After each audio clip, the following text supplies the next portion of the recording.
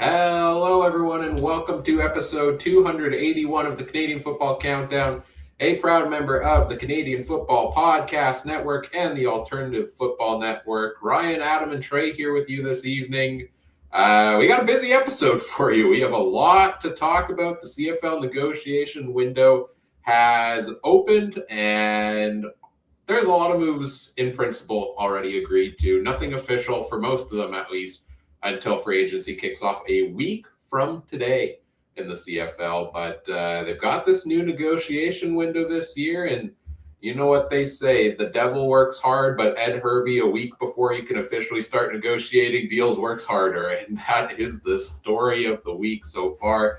We're going to try to get through as many of the news items as we can across this episode. But first, let's bring in the rest of the panel. Adam, how are you doing tonight?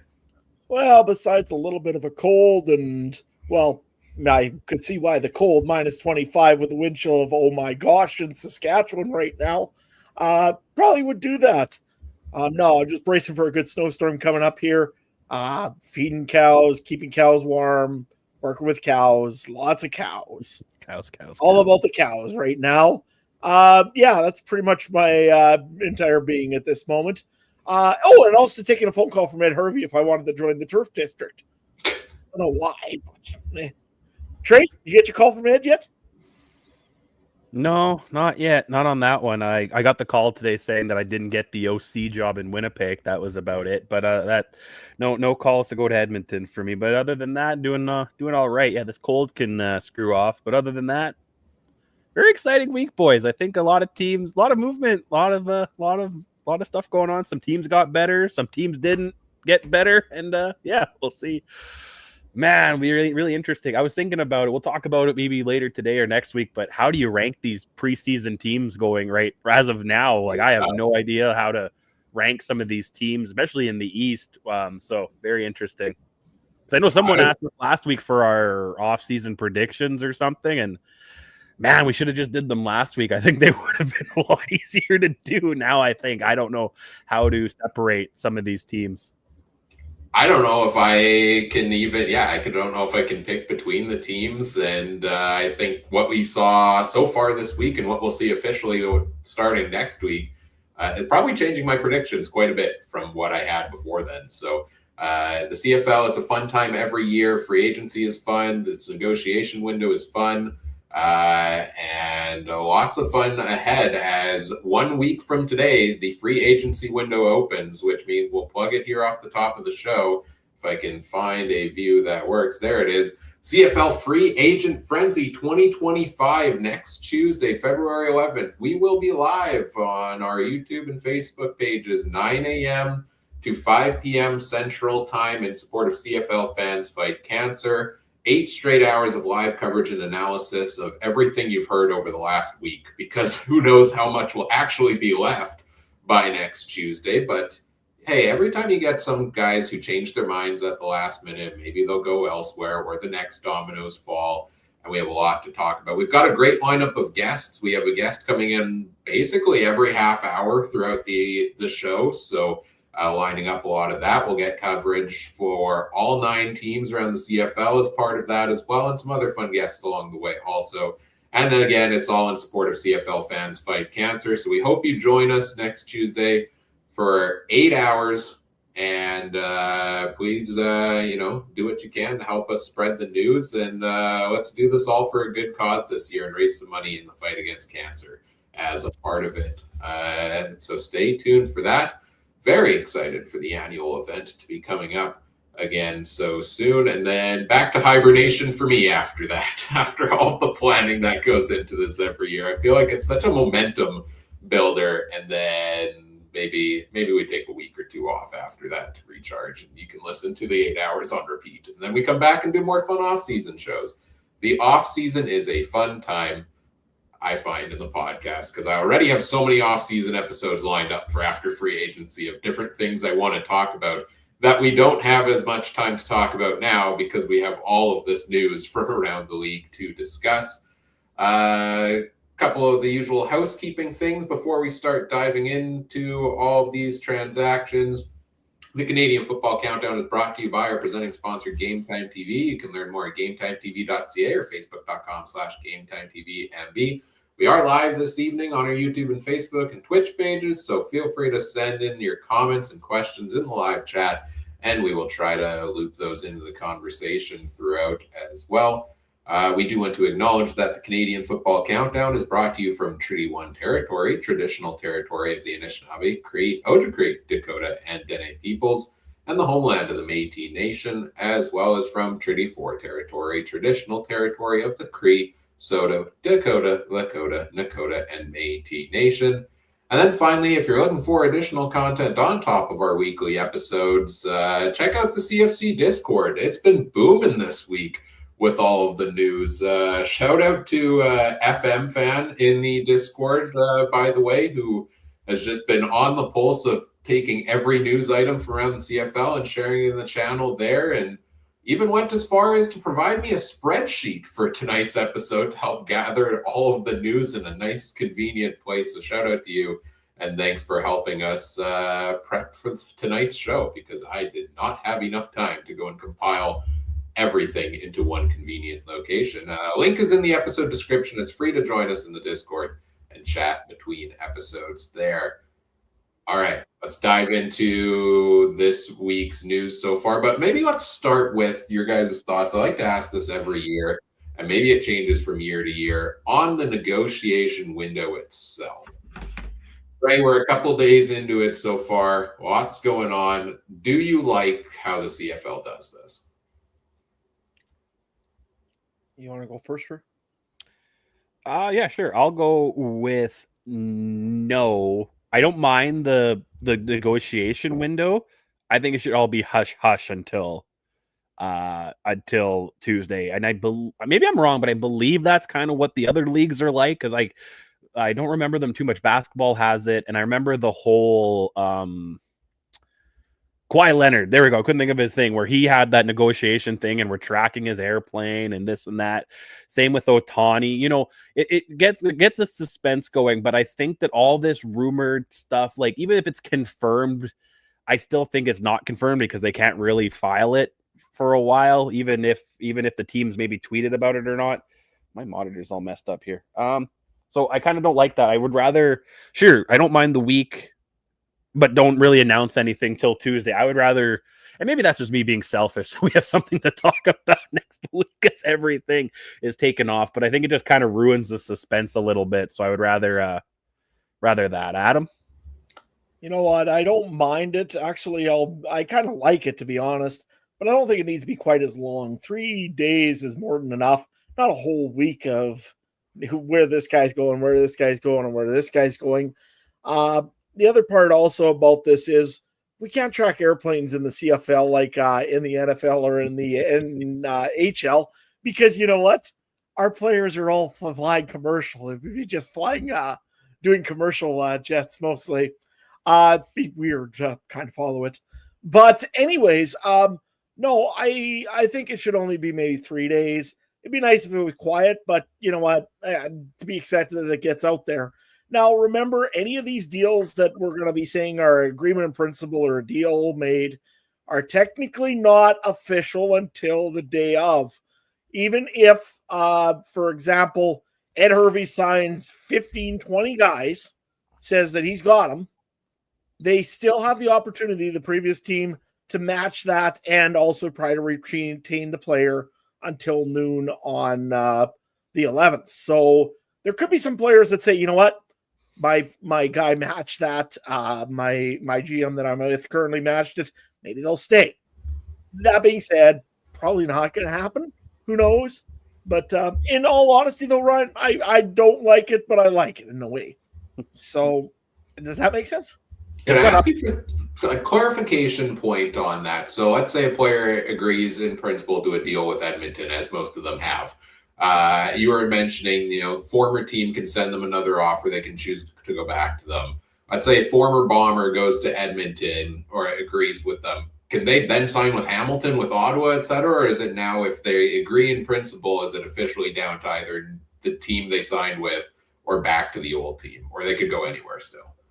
So what happens is the day of free agency, that team has until noon, the originating team. So again, what I'll say is it like this: as let's say a Saskatchewan receiver gets a agreement in principle done with Edmonton. Okay, great. He can still go to other teams and shop around and see if he can get better or do whatever. But he at 9 a.m. that morning on free agency until noon, the original team, so Saskatchewan in this case, let's say, would have the exclusive rights to negotiate with him. After noon, he would be able to go to that team, or he would be able to go to Edmonton, let's say, or he can sign with anybody else he wants. Oh, okay. And he's officially a free agent. So it doesn't mean that he has to go to Edmonton that I know of. As far as I know, that's my understanding as well. I just wasn't sure when you were talking through it before. So wanted to get that clarity out there at the start of this here. My thought on it is, I mean, it's disappointing when we plan an 8-hour show for the opening of free agency and all of the top free agents, we kind of know where they're probably going to go ahead of time, and most of the guys will go there. I know we did debate coming into this year, do we do 8 hours on free agency day? Do we do an hour a day throughout the negotiation window? Maybe next year it's 8 hours on the opening of the negotiation window is the right move, because Sunday when it opened was such a fun news day around the CFL. But I think the CFL kind of hit the nail on the head here with, we're talking about this league nonstop for an entire week plus in the middle of February. In the middle of the offseason, we're discussing it nonstop. And I mean, we have been throughout the offseason here on the podcast, but fans in general across social media and everything, the hype is there. And so maybe it's a good thing that they are doing it this way. But I don't know. I mean, Super Bowl week, we're heading into the Four Nations Cup thing in NHL. You know, there's other things going on in other leagues. And yeah, you're right. CFL found a way to weasel its way in, which we always complain about it not being able to do. To be honest, I forgot the Super Bowl was this weekend. Yeah. Oh, man, once it was KC Philly again, I stopped caring. But I think a lot of fans probably just decided not to care. Yeah. That's reasonable. Yeah, it's interesting. They tried to put this negotiation window in place because they called it, the Ed Hervey. We call it the Ed Hervey legal tampering window because historically, free agency opens at noon. 10 guys, deals signed by 12:05, and it's like there's physically no way you had time to talk to all of these players after the window opened to do so. Like, let's stop kidding ourselves. This is happening behind the scenes. So now the CFL is now putting it out more in the open by doing so, except that it didn't accomplish anything because 10 minutes into the negotiation window opening, Ed Hervey had like 7 guys signed to a contract. We're going to talk through all of those here yet. When we talk about the different ways to do it better, and you're saying, don't announce it, it's hard to not announce things because everything gets leaked through social media these days. I wonder if there's a way to make it more enticing where it gets publicly put out there, maybe which teams put in offers for each player, but they can't officially sign anything until later. Like, you can start having conversations and make them an offer, but they can't agree to anything in principle, because then we're spending this week and this day talking about, Kenny Lawler, he's going to go to these 3 teams. Eugene Lewis might go to one of these teams. And we're trying to piece all the puzzles together and then still have that fun opening day of free agency. No, that's what I said about the whole Ohtani or Kawhi Leonard thing. Ohtani, it was all down to Dodgers and Jays and one other team, right? And that was all getting talked about. The only difference was there was no hard deadline on that. He could sign at any time. So that's what I was kind of saying. That's what I would like. Sure, have the window to talk. Just no handshake, no spit shake deals, no nothing official. Because again, how exciting would that be to know Lawler had 3 teams coming after him? 2 of those teams are also going after, Eugene Lewis. Yeah, that's something we could talk about today, tomorrow, and on Tuesday. And I think that would actually maybe drive the interest up more. Because now, I don't know, big chunk of the players are gone. What are we going to talk about the rest of the week? At least that way we had something to talk about if it wasn't all official, right? Yeah, exactly. All right, we got lots of news to get into, so let's dive into it. We'll start with Edmonton. I think that's the logical place to start. And then we'll bounce around to different teams, and y'all can pick which team we go to next here. But the Elks, most active team on the opening of free agency. Not a huge surprise. New owner, new GM, correct? Yeah, new GM in place this year, new coach, really wanting to put a new president, wanting to put a stamp on their team. Active in free agency here. I'm going to start by listing off all of these names, and then we can talk about what you guys think. Wide receiver Kion Julian Grant, Canadian wide receiver that was with the Montreal Alouettes last year. On the offensive line, Brett Boyko, who they released a couple days earlier, re-signed to a 2-year contract. I guess he looked at other options, didn't like what he was getting, decided to come back. They bring in offensive lineman David Beard, who was with the Ticats, and offensive lineman Gregor McKellar from the Red Blacks. A lot of focus on the defensive line. Robbie Smith, Jake Serezna, Jared Brinkman, Jacob Lamunden re-signed there for a 1-year deal. But the 3 before that, all coming over from the Argos. Ali Fayad from the Bombers. They bring back Niles Morgan at linebacker, which you're thinking as they're signing all of these other guys that there's no way they're going to find the money to bring him back, but they get him back on a 2-year deal. And then at defensive back, Royce Metier from the Argos, Emmanuel Ragamba from the Lions, Kobe Williams from the Stamps, and then Tyrell Ford from the Bombers to a 2-year deal to join his brother Trey over in Edmonton. What do you guys think of everything Ed Hervey's done here, Adam? This defense is going to be extremely scary in 2025. I mean, if it wasn't for Jake Serezna going there, that's a great defensive lineman, a national of all things. You got Tyrell Ford, the defensive back. I mean, he was incredible in Winnipeg last year. Niles Morgan was just a ridiculous linebacker last year. I think he was the rookie of the year, if I'm not mistaken. Or at least he had a pile of tackles that I can remember. I mean, everything on this just screams that this team is a contender for 2025. They've got the only thing I'll have a little bit of a question on is the receiving core, because you are losing a few pieces in there with Eugene Lewis. But you know what? This is a very dangerous team in defense. Royce Mechie, again, another one that we don't talk about very much, but boy, is he a good defensive back for the Edmonton Elks. I mean, this team here is very, very deep on defense. I guess Ed Hervey looked at it and said, we need to build their offense, we need to build their defensive lines. And again, I agree with him. You build in the trenches and you go for it. And boy, I like his signing so far. Boyko, we had him here in Saskatchewan, I believe, and I wasn't impressed. But David Beard is one of the best centers in the game right now. Edmonton, kudos to you guys, and start buying tickets because this is going to be fun to watch. Maybe it's going to just sit there and grind you down, and boy, I like it. Trey, what do you think of Edmonton? Man, I'd have to say so far they're probably the most improved team on paper, even though they had those couple of subtractions like Eugene Lewis and Haggerty and a couple other things, and Purefoy, I guess, even before this. But man, the things they've added, like you said, that defense, they didn't add tons on offense. The offensive line, though, a couple veterans, or they re-got the Boyko, got Beard in, got the younger McKellar there. That's their nationals on the O-line for sure, and that's a very important part of any CFL team.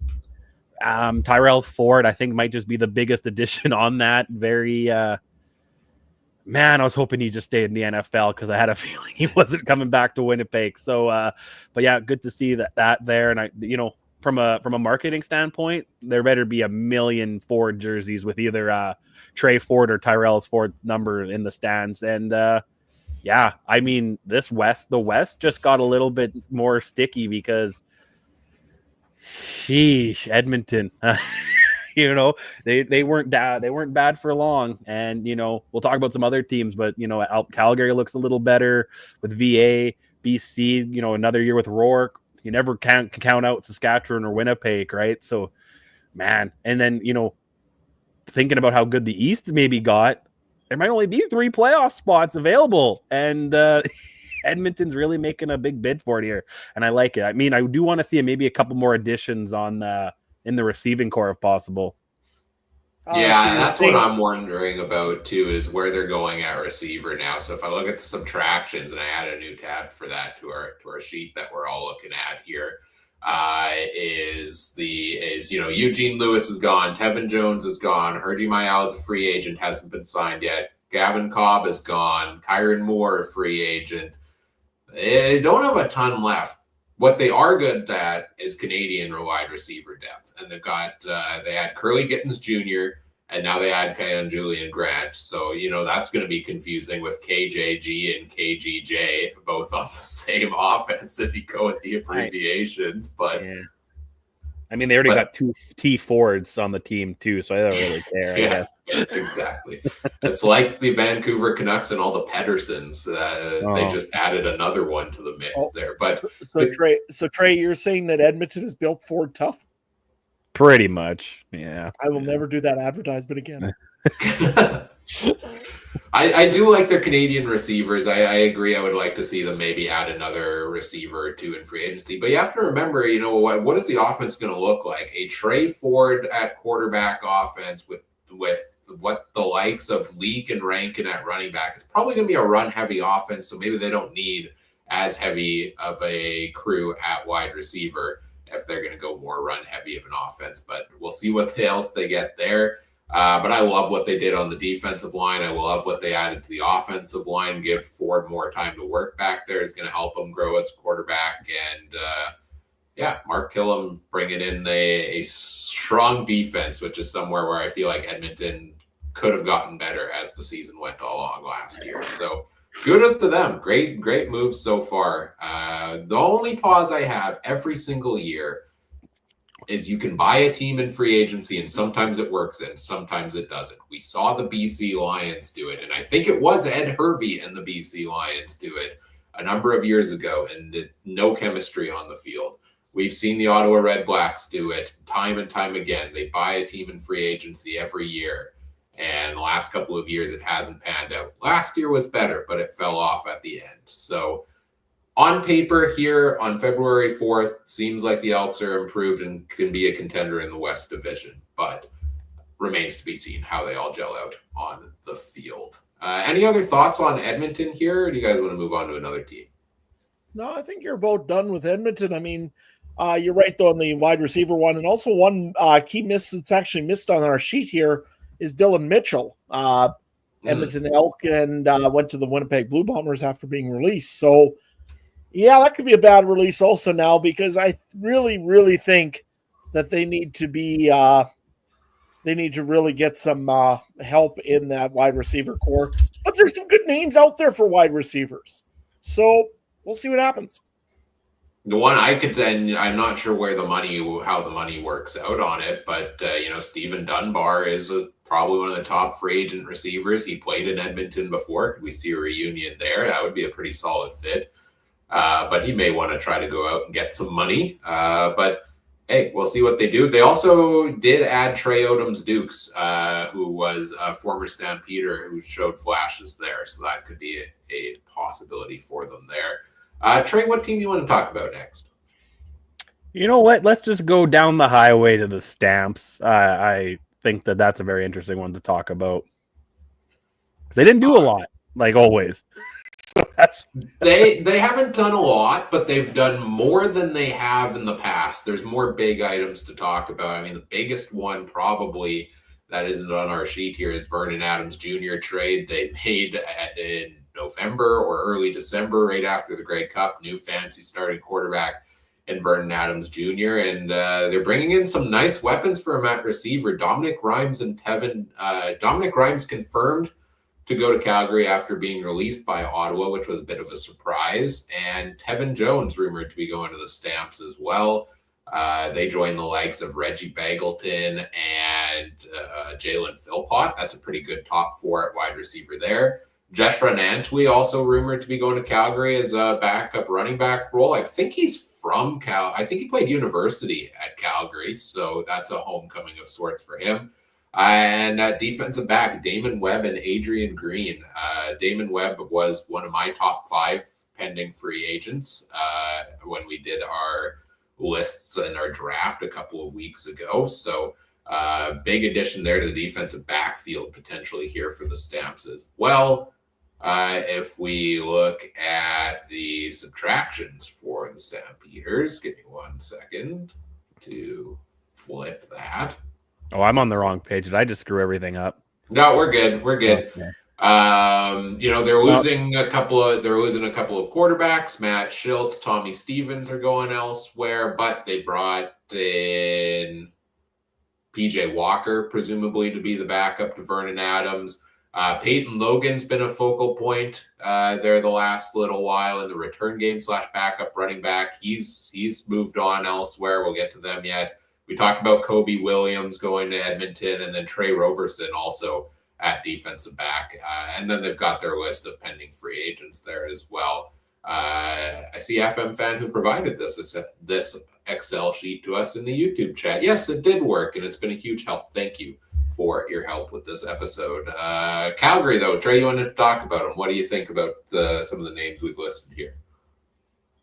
Yeah, just like I said, kind of interesting that I thought maybe they would make a little bit bigger of a splash just with getting Vernon Adams in.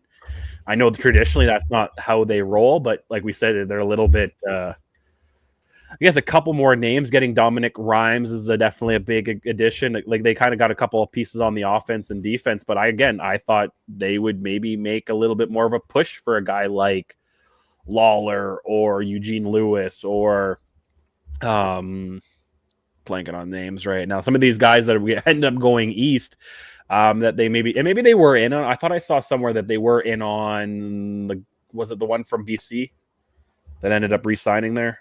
Hatcher? McInnes? Yeah, they said they would have. Wasn't that the Farhan thing that they would have offered him if he hit the tampering window, but didn't? So that's kind of where I'm at. I'm just actually kind of surprised they didn't go a little bit more. Or what do you guys think? Was I a little bit maybe more eager on them? Adam? You know what? I mean, they've got a great Canadian wide receiver there right now. In Jalen Philpott, but the problem is, I believe he's a free agent coming up, and you know what? He signed an extension already this year. Yeah. Okay. I didn't see that here, but you know what? They've got a couple of good players out of it. I mean, Dominic Rhymes is a good player. Tevin Jones, I mean, he's the 6th best receiver in the league. Hey, shout out to me and my Tevin Jones pick. And Damon Webb, I mean, he was a great defensive back in Ottawa. So they did get a few good players, but some of their subtractions right now, I mean, Matthew Schultz, it sounds like he's off to Ottawa, means probably somebody like, again, Jeremiah Mazzoli is going to be open or somewhere around there. Tommy Stevens, of course, coming to Saskatchewan today, apparently. Great short yardage quarterback. That hurts him a little bit. Then again, you've got Trey Robertson, again, rumored to be going to Ottawa. That's a big loss. They had also Rose, I believe he's gone and off, I think, to Saskatchewan. Rose and Vaughters, the two they released there, right? And Vaughters. So, I mean, those are big releases, and you know what? It hurts. I don't see that this is going to be a big sign up for our big signs for the Calgary Stampeders, and it's not a really good sign when you're losing some good people to free agency. I'm just taking a look if there's any other name. Micah Alway, he was in Saskatchewan before as a linebacker. Same with Micah Tights. Micah Tights is probably re-signed, I think. But I don't think Micah Alway has. That would be a big loss also for the Stampeders. But other than that, they got a few little pieces they need to work with and get. Running back, I think, is probably one of the bigger ones, although they did pick up Jeshwan Antwi today, I see. So that's an addition for the Stampeders. But then they did lose Peyton Logan to Winnipeg. So, yeah, I don't know if it makes the Calgary running back situation any more clear with Mills being re-signed and now Antwi added to the mix. And I don't know How are they feeling about Kylan Hill, who's showed some flashes last season? I don't think it answers a whole lot. It's a good backup piece there. But, with Vernon Adams Jr., and they're going to be trying to replicate what he did with the air show early in the season in BC last year. And you stack up the receivers for VA and you build around that. And I think that they needed to go out and get some big pieces. I think Rhymes is a good fit there. I think Tevin Jones is a good underrated piece. Maybe he's not sixth best receiver in the CFL anymore, but I thought he could have been coming into last season. So I like those additions. I think my thoughts on Calgary so far is this is a good start. It's a better start than they've had in recent years, and they needed to have a better start. But I think I still need to see more from them, unlike what I've seen from Edmonton on paper, to vault this team up in the West Division, because they just looked non-competitive for a lot of the second half of last season. Edmonton at least looked competitive at times and we thought had momentum. Calgary was just disappointing to watch. So I think we need to see more from the Stamps here going forward throughout free agency. And I don't know what position necessarily to focus on. I mean, I guess they cut a couple defensive linemen, so maybe some more defensive line help for them is the next focus that they should be looking towards. Any other thoughts on the Stamps here, guys? I'm actually surprised they haven't gone after any of the offensive linemen available. I mean, I know that they usually do a very good job of drafting old linemen, but Calgary looked terrible last year in the O-line. Didn't give much protection for their quarterback. I thought they need help there, and they haven't really done anything to address it yet. That being said, it's still young. You can still get a few guys, but definitely some of the better ones are off the market already. So that's one I'm looking at with Calgary, and especially with Vernon Adams Jr. there. If you're going to rely on VA to burn everybody with their feet, you got to have some protection for them up front. Now, is there anything when we're talking about them not doing enough? Is there anything about maybe they're putting all these offers out there, Trey, and they're just nobody's wanting to pick Calgary? Oh, 100%. But I mean, as a fan base, or when you look at it, you still complain about. I know, being a Winnipeg Jets fan, every trade deadline, everyone's complaining that Chevy didn't do enough, and it's like, well, how many players have no trade clauses to bring them to Winnipeg, right? So it is what it is, but it's still part of it where I guess they haven't made the franchise. It's still on them that the franchise isn't appealing enough, right? Wasn't it one of the worst ones when it came to that rating thing that came out? I just looked that up, actually. Yeah, they had an average grade of C-, including a D+ in family treatment and a D- in nutrition and diet. So I wonder how much these reports have actually been impacting where guys go. Yeah. Well, who knows? Like, again, that's still on the team that they should have, that when they're making these offers, they say, hey, all that stuff, we've addressed it, right? So clearly they didn't do that enough either if they haven't signed. But again, Calgary's traditionally not a team that goes crazy free agency, and the fact that they went and traded VA is probably traded for VA is way above what they normally kind of go for, right? So, yeah. Well, weren't they on the list to go, like on the short list for some receivers? Like, I think it was between them and Hamilton for Kenny Lawler, wasn't it? Yeah, that's what I mean. They're just missing out. So I guess they were there. They're still losing, though. That's kind of my point, is they have to give that extra 10, 15,000 maybe to get a guy like that, and they're not doing it. They're losing to Hamilton. Hamilton rather pay the little extra, right? So, and I thought maybe this was the year that Calgary would go and do that little extra and kind of break their mold. But no, I'm wrong. Well, that's the problem for Dickinson too, right? Like, he has to be aggressive because I think this is his last chance this year. If he has another year like last year, it could be the end of Dave Dickinson in Calgary. But there's only so much you can do if you put out a good offer and guys decide to go elsewhere. There's not a whole ton you can do besides come up with some backup options. Adam, you mentioned Kenny Lawler going to Hamilton instead of Calgary. I think that's a good team to go to next. So we move over to the East Division here. To the Hamilton Blue Bombers or what? The Hamilton Blue Bombers, yeah. Ted Gavaya. You knew that him going over to Hamilton from Winnipeg was going to bring some of his guys over there. And a couple of key re-signings. Ante Milanovic-Litre at running back re-signed for 2 years, and Keandre Smith for 2 years at Canadian wide receiver. I think I had him on my list of top 5 free agents a couple weeks ago there as well. I think that was an absolutely crucial move for them to bring him back. But then to add to that, yet Kenny Lawler, Drew Wolotarski, and Josh Johnson. Moving on at wide receiver. Not a big fan of Josh Johnson from what I saw from him in Winnipeg, but nonetheless, Lawler, Wolotarski, that's pretty good additions there. Liam Dobson on the offensive line from Winnipeg to Hamilton. That's a nice addition for the Ticats there. Taiwan Garbett also from the Bombers. So that's 5 former Bombers going over to the Ticats. And then Reggie Stubblefield's an interesting one. Defensive back for the Alouettes, had a really good rookie year. And then had that game this year, I think it was game 1 this past year, where he injured Chris Strevler, or took a shot at Chris Strevler, and then suddenly he ended up injured and was out for the season, so only played 1 game. The Ticats signed him to a 3-year rumored contract, which is a surprising length of contract for him, but he's a young guy. What do we think of the Ticats additions here, Adam? I like them. I mean, I think that they really gave Bo Levi Mitchell some more weapons in the receiving core. Liam Dobson's going to be great for backing or making sure that he stays upright. That's a big piece.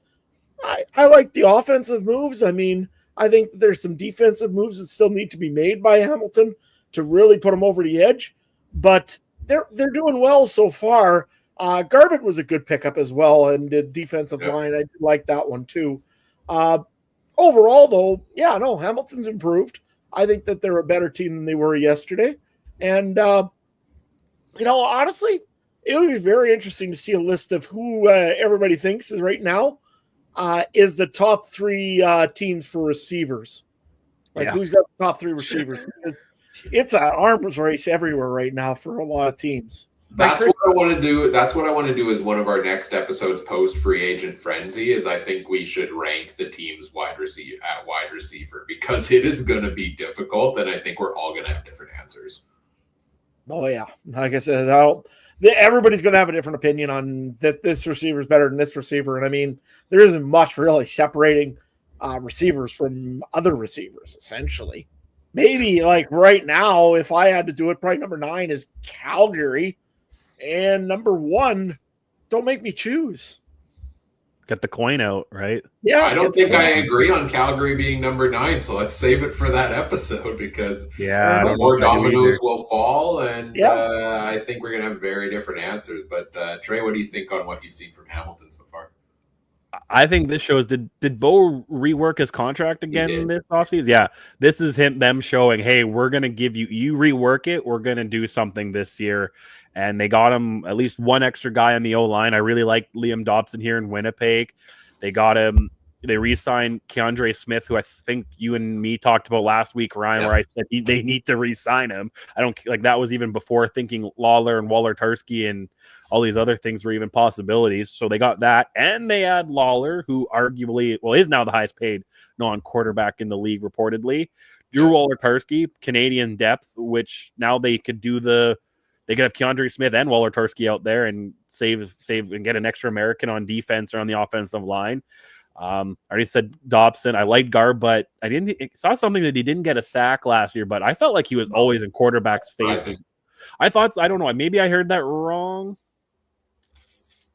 Maybe he did. I don't know. Somebody tweeted something about because Garbutt and somebody else left the Bombers line, and they were like, well, everyone was kind of complaining and why they barely did anything. So, but I liked his presence out there. He definitely pressured a lot. And yeah, Stubblefield, when he's on and not injured, he must have did something to earn a 3-year contract in the CFL. They don't give those out to non-quarterbacks. So I think, Hamilton, I agree with Adam. I have no idea how I'd rank the receiving cores right now. I don't even know. I'm not confident in a 1 or 9. You know what I mean? I don't know. In this one, and geez, I did not see Kenny Lawler going to Hamilton. That one was not on my. If anything, I saw out west or something. I don't know why. Between Hamilton and Ottawa, man, how crazy they went today or the last couple of days. I'm flabbergasted. With the season Bo had last year and the emergence of Greg Bell at running back and how well he played late in the season and now at the next year for him there. And you look at the wide receiver core of Tim White, Shamar Bridges, hopefully recovered well from that injury that ended his season, Kenny Lawler, Keandre Smith, and let's say Drew Wolodarski as your top 5 with 2 Canadians in there at receiver. And again, some national flexibility. That is a pretty darn good receiving core for this team. So yeah, good job by the Ticats so far. They were one of the teams I was most interested in whether they would be active or not, because they didn't have a ton of free agents. And I kind of thought they were a team that didn't need to do much and could just roll with the momentum of second half of the season where their defense played a lot better. Their offense was on a roll. And if they would have gotten into the playoffs, I think could have done damage last year. So I'm a little surprised they have been as active as they have been so far, but new GM wants to put his stamp on things and is doing a good job so far in terms of pieces they've lost. David Beard going over to Edmonton on the offensive line. Dobson fills that role. And they did release Dwayne Hendricks on the defensive line, and Garbutt kind of fills that role. So they've kind of filled every spot where they've maybe lost a piece. I'm very high on what Hamilton's done so far.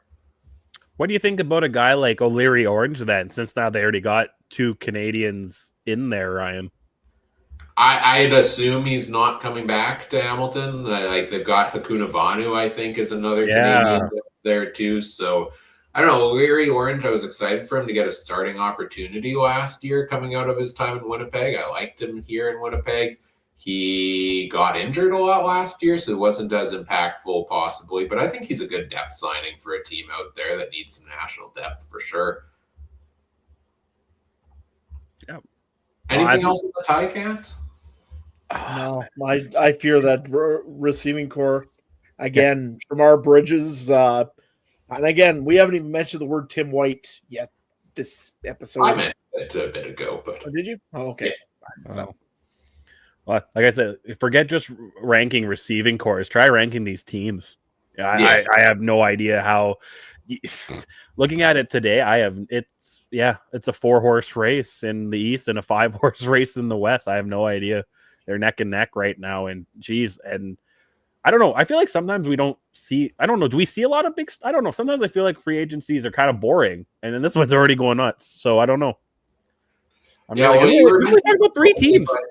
We only talked about 3 teams, and I'm already like losing my mind. Yeah, we have 6 more to talk about, and we're 45 minutes into the episode. Could be a long night here, guys. When you were talking about Bo's restructured contract. Sorry.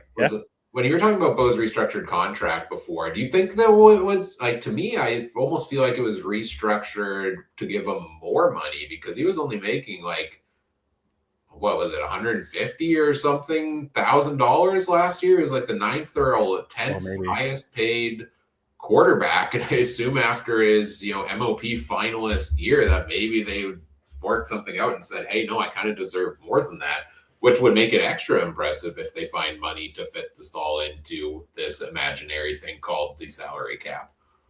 Watch me be completely wrong. I've just never heard of a team restructuring to give a player more money in any league. You would think, right? Right. So unless he was like, I'm retiring unless you give me more money, which at that time, if I'm Hamilton, I'd say don't let the door hit you, right? Like, so because not many players are worth doing that for.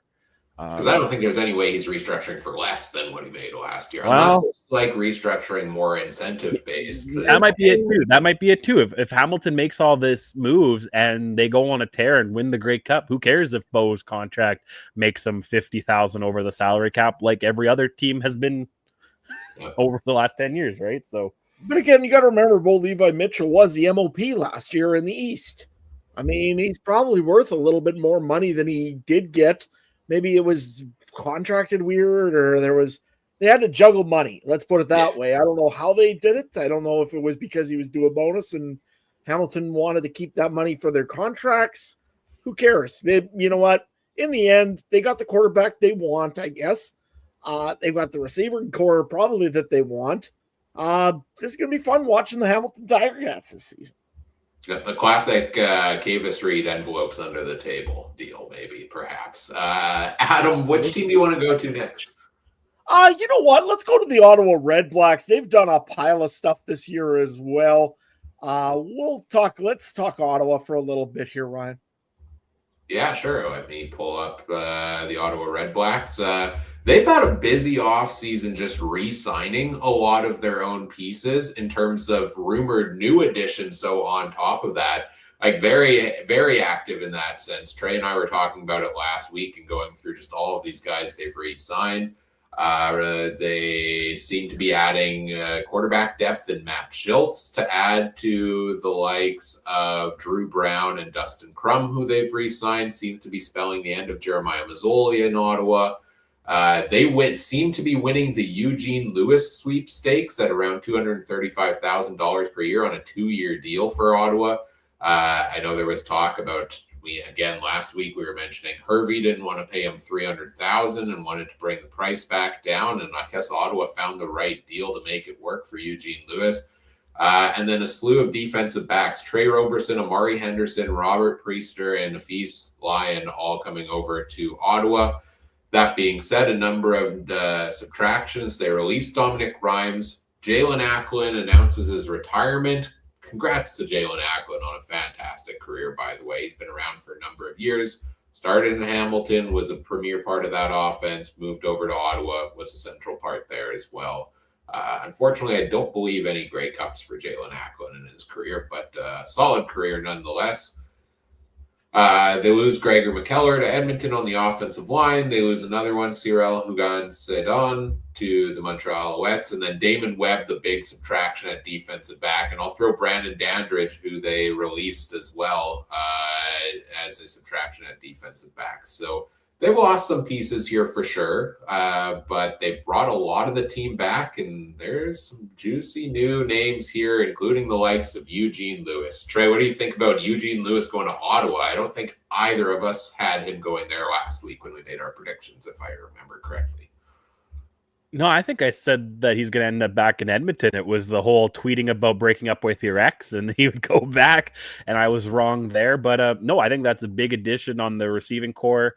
They do have a couple losses there in Rhymes and Acklin, but that definitely helps there.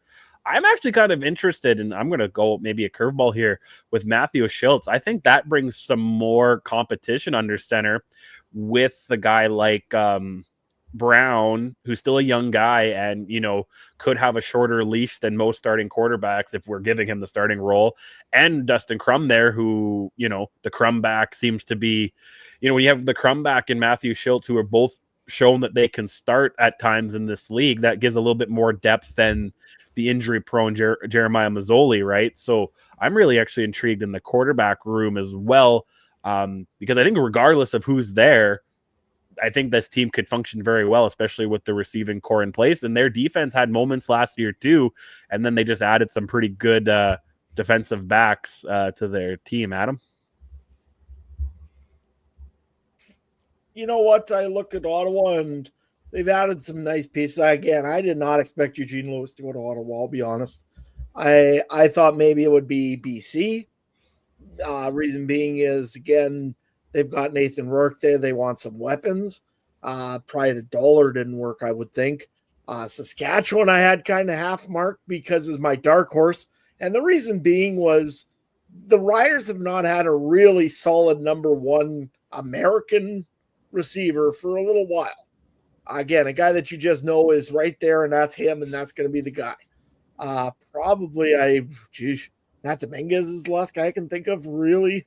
I mean, G. Roy Simon was there at one time for that, but boy, it's been a while since Riders have had that number one American guy for a wide receiver. So I thought maybe there was a chance of that. But you know what? Ottawa made a good pickup there, I think. They did lose some big pieces in the offensive line again. They did gain the guys they probably wanted to keep. I mean, Darius Bladek's still there. They've still got Jacob Ruby. Yeah, Jacob Ruby, I think, was the loss, wasn't it? No, he re-signed there as well. He did re-sign? Okay. Yeah. So they do have Ruby back. They do have Bladek back. Desjardins still there. Deontay Bull's still on a rookie contract. So they still have some good pieces in Ottawa for offensive line.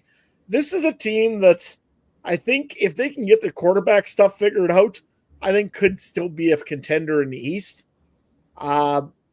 Although I hope they don't play Mari Henderson against Kenny Lawler. We've all seen what happened in there before. So, yeah. 3 times this year. Yeah. Don't remind me. Yeah, I don't know really what I want Ottawa to do this offseason. They brought a lot of pieces back. We talked about it last week. They strong start to the year and carry it over momentum, try to get back on track. Seemed like they needed to make some changes, but what are those? Yeah, Lewis is a huge addition to that receiving core when we talk about them. We talk about Pimpleton, Justin Hardy, Braylon Addison. Those guys all re-signed. Now you add Eugene Lewis. You've got Nick Mardner, up-and-coming Canadian receiver there. That's a pretty good receiving core that the Red Blacks have going here as well. And another year, another step forward for Drew Brown as a starting quarterback as well, who was able to sling it at times last season. Struggled to put touchdowns on the board early in the year, but then I remember in the playoff game, part of it was playing from behind, and there were some interceptions that ultimately did them in, but he was able to make some big plays there. So adding Eugene Lewis to the mix is going to certainly help in that category. I don't know if I can say they're better off, though, with Lewis coming in than they were having Rhymes and Acklin there combined. I think it's kind of a lateral movement for me at this point. Maybe a little bit of improvement there. But they do get the biggest wide receiver name on the free agent market. Anything else on Ottawa here, guys?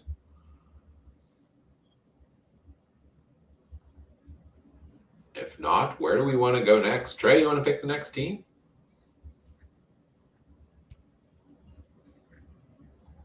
Trey might be having internet issues. Trey seems to be having internet issues. Sure. He's back. Oh, no, that was my fault. Am I good now? Okay. Yep. Yeah? Okay, let's go to the West Coast. Let's go to BC. That was my fault. I was opening up my horse racing app on my computer, and my computer will only do 3 things at once before it crashes. So I won't do that anymore. Fair enough. That's a good plan. All right, BC. We're going to the BC Lions. Very interesting. I think we've got some crossfeed again from Trey's network connection. So let me tell you about the BC Lions signings, and we'll let Trey's internet catch up. They released Keon Hatcher, and one day later, Keon Hatcher is back. They released Alexander Hollins, who remains to be a free agent. So 2 big names there. Re-signing Justin McInnis was the biggest move, I think, for the Lions at wide receiver. Nathan Rourke restructured his contract to maybe make a little bit more room to make that happen.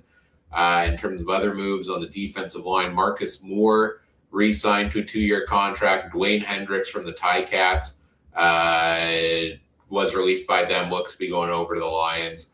And then Deontay Williams and Jalen Edwards-Cooper at defensive back. An extension for Edwards-Cooper, and then Deontay Williams coming over from the Riders. So a couple of moves there. I think Keon Hatcher, the most interesting one for us to talk about. In terms of pieces going elsewhere for the Lions, Joshua Nantwi going to Calgary. As we talked about, Joshua Archibald is rumored to be going over to the Montreal Alouettes. Emmanuel Ragamba, a defensive back, going to Edmonton, and then Adrian Green going over to Calgary. And then they've got their pending list of free agents, of course, as well.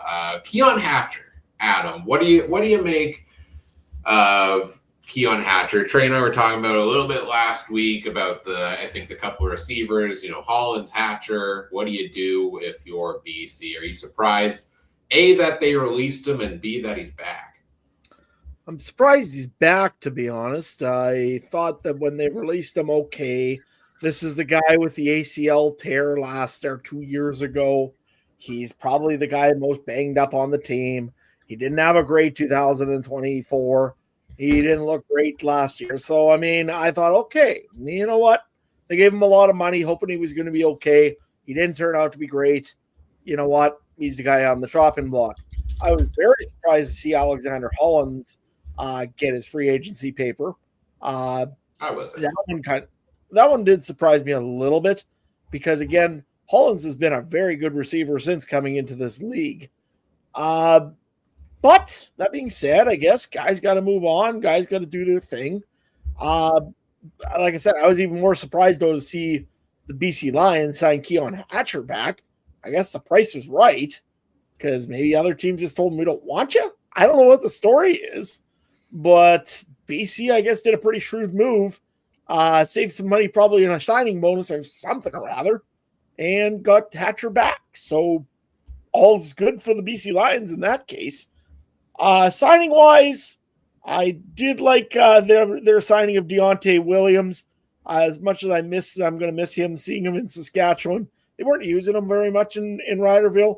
They should have used him more because I think he was actually a really good defensive back. We'll see eventually if that one will bite the Riders in the rear end. My opinion is yes, it will, because he actually was pretty good. For the other moves that they've made so far, Marcus Moore, again, D lineman. Again, I don't hear of him very much, but probably looking like maybe a promising young guy coming up, only 27 years old. So that's a good thing. And Jalen Edwards-Cooper's an interesting one. He went to the Riders last year. He didn't pass the physical. So the Riders cut him, said, go get healthy. We'll sign you back up. All of a sudden, he signs in BC and then plays really good for BC and then gets a contract extension here. So, okay. Yeah, that was a weird one because Edwards Cooper was the biggest defensive free agent prize, I feel like, last year, because didn't he not allow a touchdown the year before when he was initially with BC? Then he signed in Saskatchewan and then it didn't work out, like you said, and they're on from there. So it seems like maybe he's regained his game. But Trey, you chose the Lions. I think your internet's caught up now. Seems like you're moving there. Yeah. What about BC interests you? No, I'm sorry, guys. I'll stop touching the Horsey account while we're doing this show. Can't do everything. I'm thinking BC. I don't mind BC right now. The whole Hatcher thing, we like all these releases and re-signs were a little weird, but I liked what they've regained so far, and I don't think they've lost overly a lot. Like Antwi, a couple. Like he could be good, but they never really use. What I'm really interested in is those 3 offensive linemen that they don't have re-signed yet in Chung, Couture, and Neville, and wonder if how many of those guys, if all 3, if 2, if 1, if none, are they going to bring back? Because I think those are big pieces of their guy like Couture and Chung, and even Neville. They're all like those are big pivotal parts. They're 30 years old, which isn't ancient in offensive lineman years, and it's almost sometimes that sweet spot in O-line where you want the guy 30 to 30 something because there's a little bit of maturity in that position. So that's kind of where I'm looking at more. Will BC be able to keep that offensive line going? Because I felt like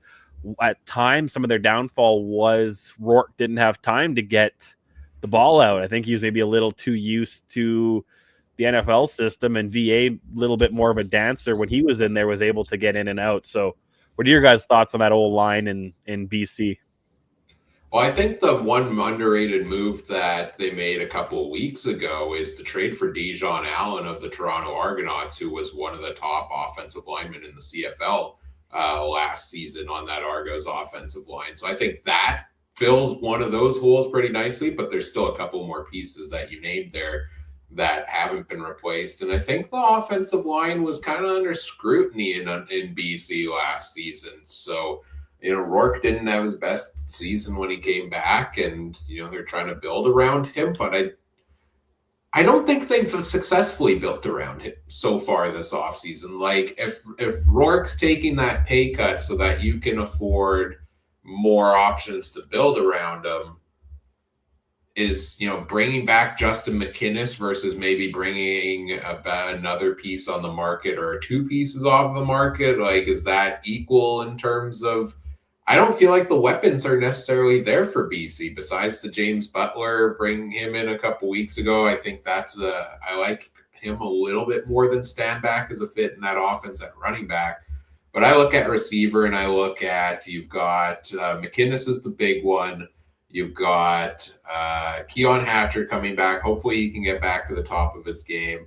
Javon Catoy has been serviceable for the last couple of years. Then I think there's some question marks. They've seen it last year. They rotated Aiden and Eberhardt in there. They rotated Stanley Berryhill in there. They had some good games here and there, but they weren't that star caliber receiving core necessarily that we were just talking about with Hamilton and with Ottawa. So if we were to right now rank them, I might put BC lower in the category, which is not necessarily what it seemed they were trying to do by building around Rourke here. If we're talking about the offensive line maybe losing some steps, the receiving core not being there quite yet. I think this team has to be more active yet than they have been in free agency. Adam?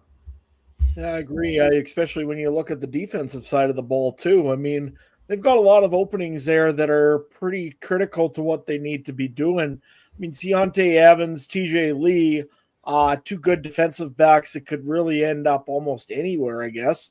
Nathan Cherry with a defensive line, that's a national. And I mean, he is one of those guys that could really ratio break a spot open for somebody if they really need to. So I'm looking at their defensive side of the football and think that they need to be doing some more work. Definitely either bringing back what they've got, or they got to look elsewhere and really bring something else in, because there's a lot of open spots there on the defense that need to be filled before this training camp starts. Any other thoughts on the Lions here before we move on to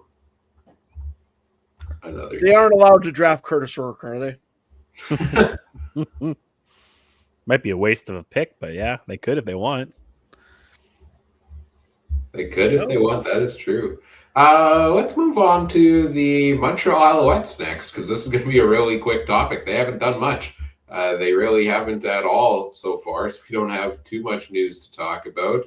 We can talk about the pieces they've lost. The only noted additions so far on the offensive line, Cyril Hogan-Sedon from the Red Blacks, and on the defensive line, Joshua Archibald from the BC Lions, rumored to be going over to Montreal. Pretty quiet so far for them. They've lost a few defensive backs in Nafis Lyon and Reggie Stubblefield that we've already talked about. And at wide receiver, Kyle Julian Grant and Reggie White Jr. I feel like Julian Grant is a big loss at wide receiver for the Montreal Alouettes. Tyson Philpott is that big number one Canadian receiver, but having both of them in there was pretty nice to be able to run both of those at the receiving core for this team. So I don't know. What do you think of Montreal? Because they won the Cup 2 years ago. They seemed like the dominant force this last season. They've got new starting quarterback, Davis Alexander, who they gave the 3-year contract in the reins to. Are you expecting Montreal to be more active, or are you keeping them together as they are, Trey? Sorry, what was the question? For the Alouettes, so would you expect them to be more active than they've been thus far after losing the East Final last year, or are you just keeping everything together and running it back? I thought so, because they're kind of going a different direction in quarterback. Try to maybe give them some more pieces, but instead they lost, like we said, 2 receivers. I thought they would do more, but are they a team that does a lot? They've kind of been the Calgary of the East a little bit. They don't do overly a lot, I feel like. Or am I missing something? No, I would agree with that, right, Adam? Yeah, I agree with that. I don't think they really do a whole lot in free agency. They do build their players from within. I mean, take a look at that wide receiving core right now. They've got a lot of players in there that can fill in a lot of places. You're going to have Tyson Philpott back next year who'll be healthy. You still got Austin Mack in there. You've got James Letcher, who's turning into a really good special team / receiver. Tyler Snead, Cole Speaker. I mean, Isaiah Washington even had instances. I think he'll be probably a lot better than he was last year. Again, they have a good depth almost everywhere. Some of the places maybe where they should be looking at a little bit. And if they're going from within, I'm kind of surprised that they haven't picked up Philippe Gagnon yet. Again, a good national offensive lineman. If you look also Avery Ellis, I think, is also a good defensive lineman. I think that's a spot where they probably could use the guys back. But overall, again, Montreal, builds their own guys. They have their own guys. They got Laval beside them, so they seem to always pull out of there and get the guys they want when they want them.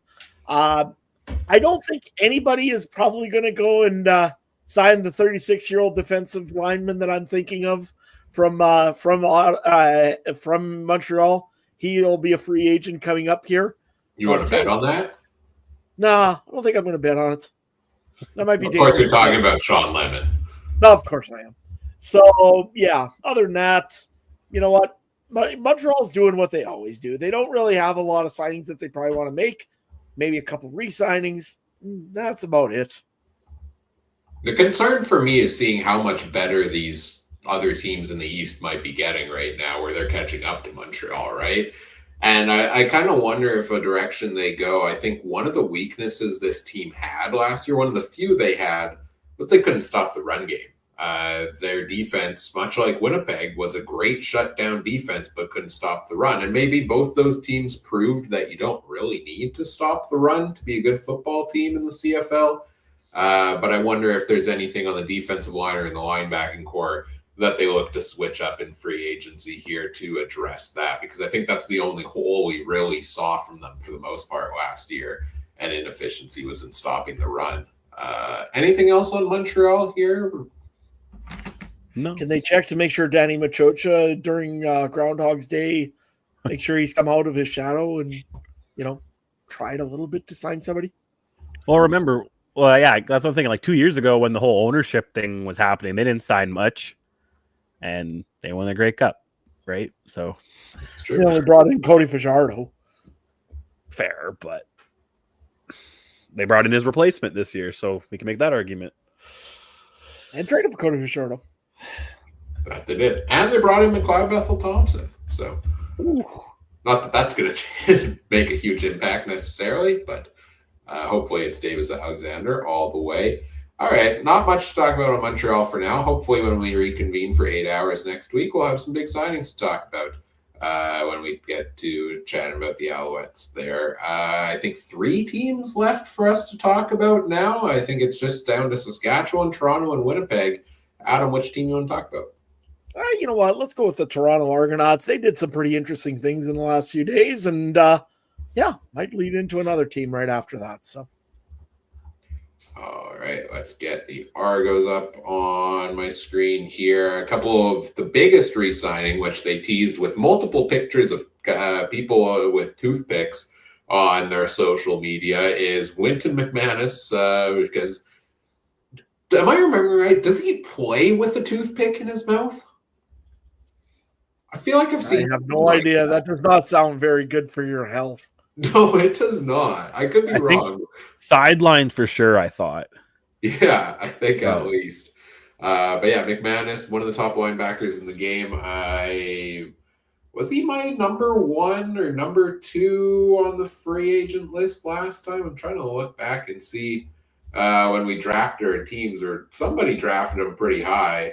Here we go. I've got it here. He was my round 2 pick.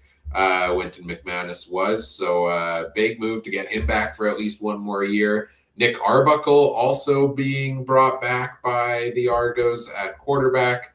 Celestin Haba from the Bombers defensive line, 25-year-old defensive lineman to the Argos, and Darius Bratton at defensive back from the Elks on a 2-year deal going to Toronto. In terms of pieces they've lost, they released wide receiver Tommy Neild, who has signed in Saskatchewan.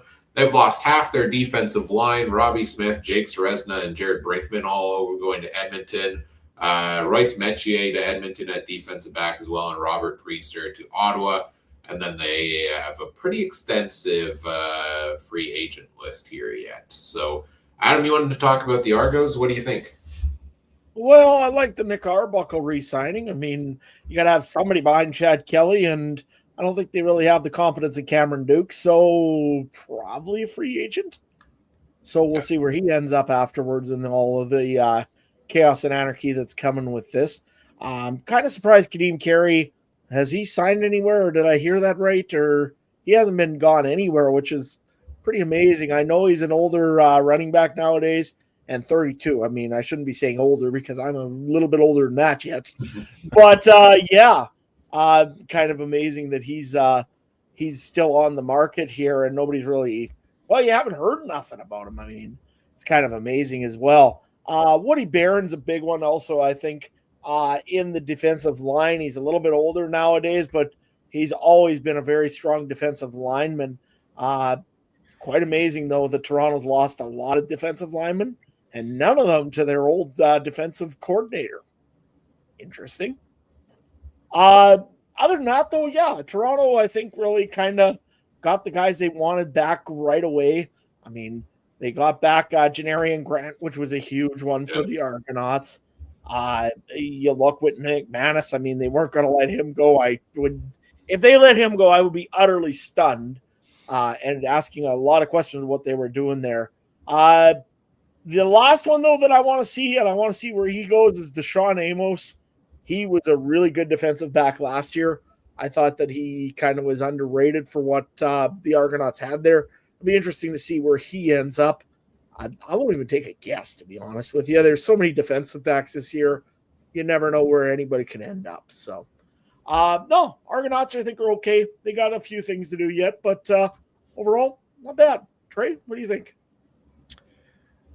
No, I'm a little surprised Arbuckle re-signed there. And other than that, I think he has a bigger story in Toronto's the pieces they lost, right? Like we said, the defensive line and a couple other pieces there. They haven't really added much, but yeah, they also got Janarian Grant back, which I guess you don't really need an offense or defense if you start the play on the other team's side of the ball every time, right? So yeah, no, Toronto's another interesting one. I think that between Montreal and Toronto, so far it looks like maybe they took a little half step back, and then Ottawa maybe took a half step forward, and Hamilton did a hop, skip, and a jump forward a little bit on some positions. So I'm really interested on that. But Toronto and Montreal could just also be playing that, hey, we just need to get first or second, get that home playoff game. We're not too worried about Hamilton or Ottawa. What have they shown? They can have all those people on their roster too. So I don't know. I thought Toronto maybe was another one that would make a little bit bigger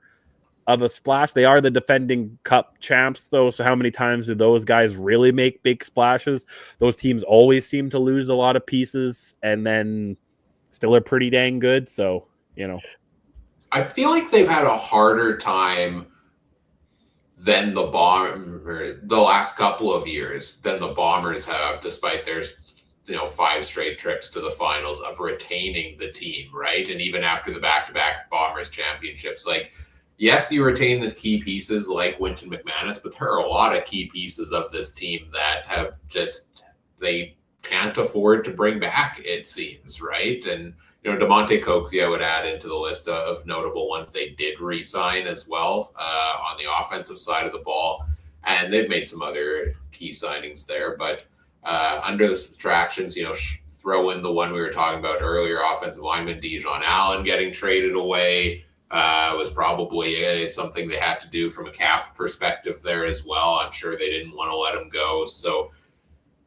yeah, this team's seemingly struggling, and maybe they don't have that same loyalty commitment type of thing that Winnipeg has, where they've been able to bring guys back and get guys to take as many notable pay cuts as much as, Argos keep upper ownership says, hey, we're going to force these guys to take a pay cut. Seems like they're having a hard time keeping those pieces there. And I look at Jake Serezna as one that I feel like a little bit, because they traded Curly Gittins Jr. to Edmonton for Serezna, and he was a rental. Granted, they won the Grey Cup, so maybe they're happy enough with it.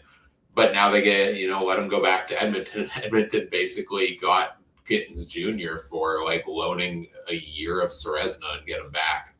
Is an interesting wrinkle to that trade there. So, yeah, I think Toronto's taking a bit of a step forward or a step backwards here, but it remains to be seen what they're going to replace these guys with.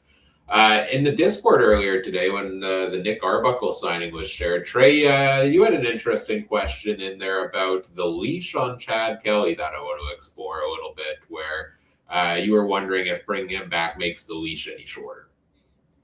Well, I think it does, but I know you thought differently. I get one game, but one game isn't always enough, and Nick Arbuckle maybe had a little bit more of a career, but the one game or one drive was all it took for Chad Kelly to take the spot from McLeod Bethel Thompson. So I'm just a little surprised that's why I thought maybe Nick Arbuckle says, heck with you guys, you're asking for pay cuts. I'm a Grey Cup winning champion, and I'm not going to get suspended for 8 games, and I'm not going to have all these other issues and stuff. And you want to go with this guy? Maybe they got a better relationship. Maybe this Chad Kelly stuff isn't as blown up as you know what I mean. It could be a lot of different things, but I thought Nick Arbuckle, if there was an opening, would have found somewhere else, or maybe it was just the no opening situation that landed him back in Toronto. But that makes me also think. I think that means 1 or 2 bad games out of Chad Kelly. Why not go with the guy who literally just won you a Grey Cup in November? I think you see $1.8 million in 3 years on the contract. You're going to be having a very hard time to convince your fan base to go and have that sitting on the bench, no matter what happens here. I would love to see $1.8 million sitting on the Bombers bench with Zach Collaros, man. Don't tell me that. I would love to see it. That they're probably like an NFL third-string quarterback. Just like I get paid that all day, and I sit like in the practice roster. But you know what? No, honestly, Chad Kelly's the reason that team has got any real success right now. I don't see Chad Kelly having a very short leash right now until if he majorly screws up and something else happens, or something else could happen, and maybe that's their insurance policy in case something else happens. Again, look at a Deshaun Watson in the U.S. Of why maybe you want to have that backup quarterback. What's your NFL team again, Adam? Yeah, well, anyways. You know what? That's the only reason I could see you wanting to maybe give make sure Nick Arbuckle sticks around, because you do always need that second string quarterback no matter what happens. If Chad Kelly's injury progression isn't as good as it maybe should be, or if there's something else, or if something else happens, you never know what can happen in a season. You're one shot away from needing a good backup quarterback, and Nick Arbuckle is a very good backup quarterback. So I don't think it's because of Chad Kelly's performance. I think it's more of, you know what, one hit and Nick Arbuckle needs to be the guy. So, I think there's lots in the CFL who would love to give Chad Kelly the hit. See, I'm not even saying that it's necessarily the Argos didn't want Nick Arbuckle to be the backup. Every team wants a guy like that. I just have a tough time. That would just, maybe it's something my mind can't comprehend. If I came in, the best I got, if I come in and play beer league baseball and I win them the championship, and then next year they tell me I'm sitting the bench, I'm going to say, heck with you guys. Right? Like, I just, it's such a tough, maybe it's just the professional sports thing that I can't understand, because again, if Ryan Dinwiddie won that Grey Cup for the Bombers years ago, I would have bet he was the starter the next year. But then I'll argue, would they have even gotten to the Cup if Arbuckle was in the entire year? Fair point. Chad Kelly didn't come in, right? So that's the other side of it too. You can make that argument a few years ago. If Chad Kelly started instead of MBT? Yeah, and it's a fair question. It's a fair question that you were asking, and that comparison between Kelly a couple of years ago. I actually just pulled up like their age, the number of years, stats, etc. I think it's a little bit different in that Kelly at that time was 28, 29. He was kind of more in the young, in your prime quarterback, maybe take a chance on a younger quarterback at the time. Whereas Arbuckle now is, he's 31 right now. He's been in the league now for 6 years already. This isn't a fresh. I feel like we know what we're getting from Nick Arbuckle for the most part, although he surprised me in the Grey Cup with that performance. So it feels a little different. I just disagree, because like different settings can just be different things. Arbuckle might not have had the setting. We see Baker Mayfield, different settings. Geno Smith got the reins. They know maybe different league, but certain guys get different reins in different situations. Zach Collaros, you know what I mean? Maybe he showed a lot better than Nick Arbuckle did early in his career, but sometimes it just takes a different scenery. So that's where I'm like, I didn't think that he would just completely dethrone Chad Kelly, because again, Adam made the point of the salary hit there and everything. But yeah, I just thought some team maybe would want him as a starting quarterback, but where would he go? You know, Right. he'd be the perfect guy if there was an expansion draft this year. I think would be going to Quebec or Halifax or whatever, North Dakota Gophers or whatever team is eventually the 10th team. But yeah, it was a weird situation where I just felt I would be weird walking in there. But you know, good on him for being better than me. So I think this is the best you're spot right. for him to return to, though, right? Yeah. Sorry, Adam, because if Kelly's not ready to go at the start of the season, he's getting starting time. If not, like, he's with a team that knows and trusts him in big opportunities if he needs to go into. Like, that's probably the best backup to starter potential spot he has, given the injury uncertainty of Kelly. Sorry, Adam, I cut you off there. No, and I agree because, again, you never know what can happen with Chad Kelly. There's a lot of variables there, and with that injury especially. And again, we all know the history of Chad Kelly doing something dumb when he shouldn't be doing, but nevertheless, there's an opportunity there, probably more than, let's say, he goes to BC, and if Nathan Rourke doesn't get hurt, Nathan Rourke ain't going out. If you look at a team again, Edmonton has a backup. Calgary has a backup in PJ Walker. Saskatchewan has a backup now in Jake Mayer. Winnipeg is probably maybe an opportunity, but is it? I mean Claros they're going to ride Claros until he falls over. Yeah. Hamilton, Ottawa, they all got Hamilton and Montreal have the same situation. Ottawa's maybe a little more of a chance, but that's a crowded backfield. So I think he was probably happy with the role that he's got there right now in Toronto. He knows he's the number 2 guy, and you're going to get paid in a pretty good fashion. And again, one hit and you're back in. So, like I say, there probably is a better opportunity for our buckle there than anybody, really. Yeah, it's a great debate and a great question you asked earlier, Trey. Any final thoughts on that before we move on? We got to talk Riders and Bombers here yet. Also, Kevin Glenn is going to be the draft pick for the 10th CFL team. Oh, 100%. 100%. All right, let's talk Riders here next, and we'll save the Bombers for last, I think. Been pretty quiet for Saskatchewan so far, but a couple key defensive signings. On the defensive side, Mike Rose signed a couple days ago after he was released by the Stampeders in the D-line, and Tavon Campbell is suddenly back from the NFL at defensive back to join the Riders. And on offense, a couple of Tommies here. Tommy Stevens and Tommy Neild coming over from Calgary and Toronto. Touchdown Tommy is in Riderville, Adam. How excited are you that he's not going to break a 3rd and 1 for 97 yards against you anymore? No, I'm thrilled about that. The other thing I don't have to worry about anymore is Shea Patterson's 3rd and 1. Those are always an adventure. But honestly, that's a good signing for the Riders for a 3rd string guy. But the real big signing is Tavon Campbell.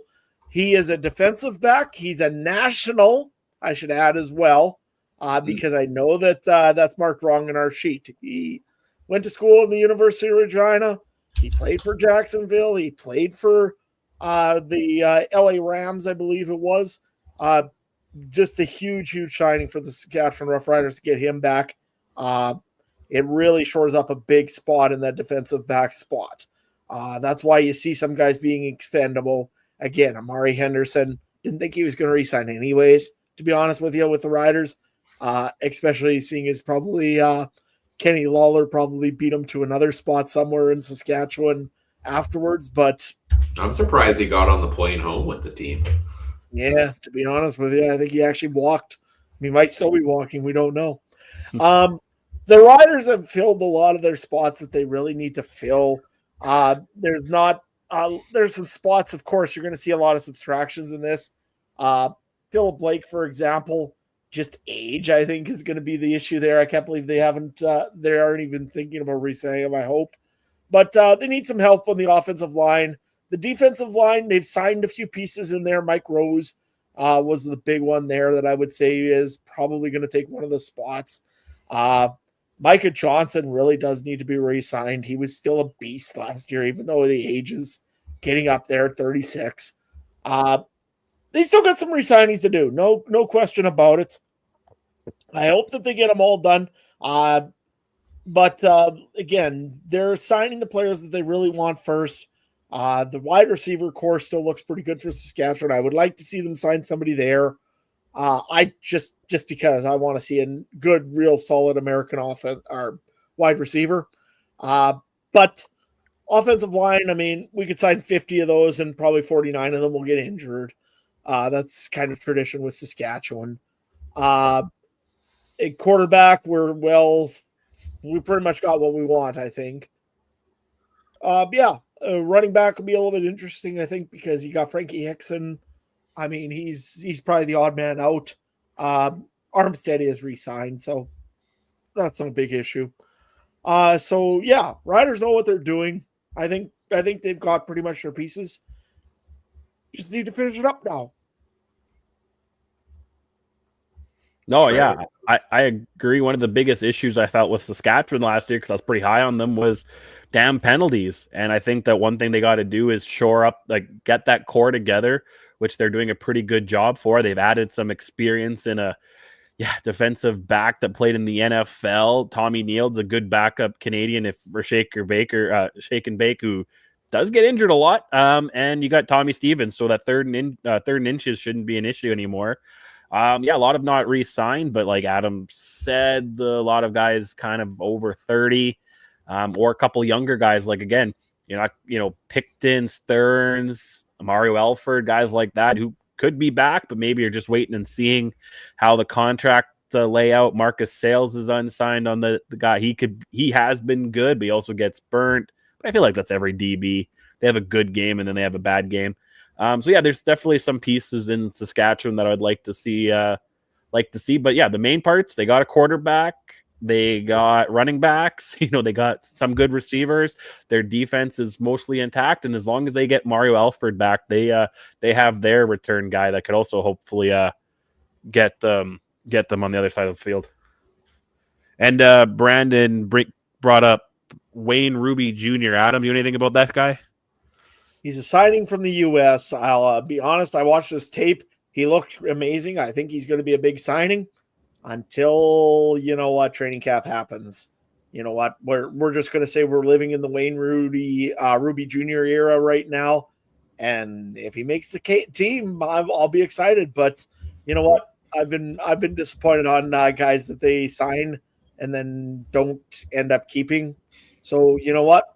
Till I see him actually in a Rider uniform and on game 1 of the season, then I'll be real excited about it. But yeah, you know what? There's lots of good signings that the Riders have made this offseason that I've seen. Some ACC guys, some Div 1 guys, they look great, but every team has those signings. Again, this is where Brandon from our NCAA podcast would be a great guy to talk to, because he would know these like the back of his hand. Brandon Sanders, I believe it is. Mm-hmm. Right? Yep. Brandon would know these immediately and be like, oh my gosh, these are amazing. But you know what? They all don't pan out in the NFL or in the NFL or in the CFL or in the AFL or in the XFL.